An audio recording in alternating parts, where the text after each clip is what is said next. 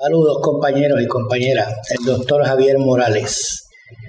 Recientemente hemos estado tocando el tema de las pericias en los delitos económicos, ¿verdad? Por lo general, los más que se destacan por el asunto de los riesgos operacionales, pérdida de dinero, etcétera, son los casos de fraude, corrupción, lavado de activos, etcétera. Sobre las pericias en este tipo de delitos, ¿verdad? Es algo que llevamos trabajando hace como 5 años en una certificación diplomado que se llama Investigación y Perfilación Científica de Delitos Económicos. Entonces, ¿qué es lo que nos ayuda a esta certificación, este diplomado, ¿verdad? Para poder contestar las preguntas en el tema de las pericias en delitos económicos. Por lo general, esto es un mundo que lo trabajan auditores, ¿verdad? Contables o gente en el área de finanzas, abogados en el área de cumplimiento que tienen que ver elementos jurídicos o legales, y ciertos compañeros en Latinoamérica, España, psicólogos forenses que se han tropezado específicamente con casos de corrupción. Pero no es un ámbito que se trabaje mucho en la psicología forense, sino que este servidor.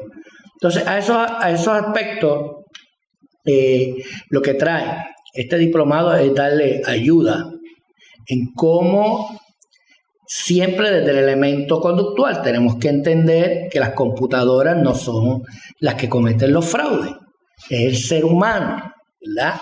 Y ese factor humano es el que tenemos que identificar, esa es la variable principal.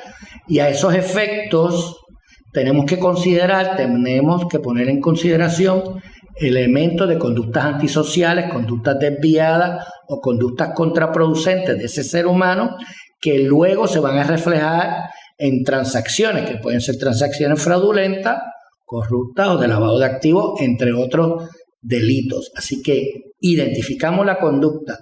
De ahí identificamos cómo esa conducta fraudulenta se desarrolla en la operación, en documentación, falseo de documentos, manipulaciones, ¿verdad? Que son elementos característicos de estos delitos. Entonces, ahí por eso la perfilación científica, utilizar metodologías y técnicas validadas científicamente para el desarrollo de esos elementos, ¿verdad? Utilizamos postulados científicos en materia de conducta humana en el área psicológica. Por ejemplo, utilizamos elementos de evaluación operacional como la percepción sistemática.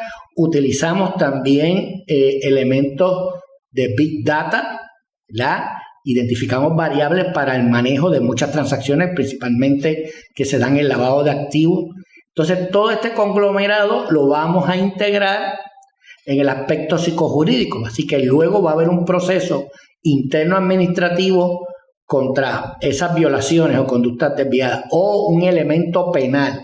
Así que vamos a ir a los tribunales, a un caso penal. Entonces usted, como perito, como persona que manejó ese caso o ayudó a desarrollar el manejo de esa evidencia, de esos datos, analizó, interpretó, pues tenemos que tener unos elementos científicos, ¿verdad?, que utilizamos para la identificación y manejo de esa evidencia, que luego se transfiere en los tribunales, ¿verdad?, del aspecto psicojurídico y forense.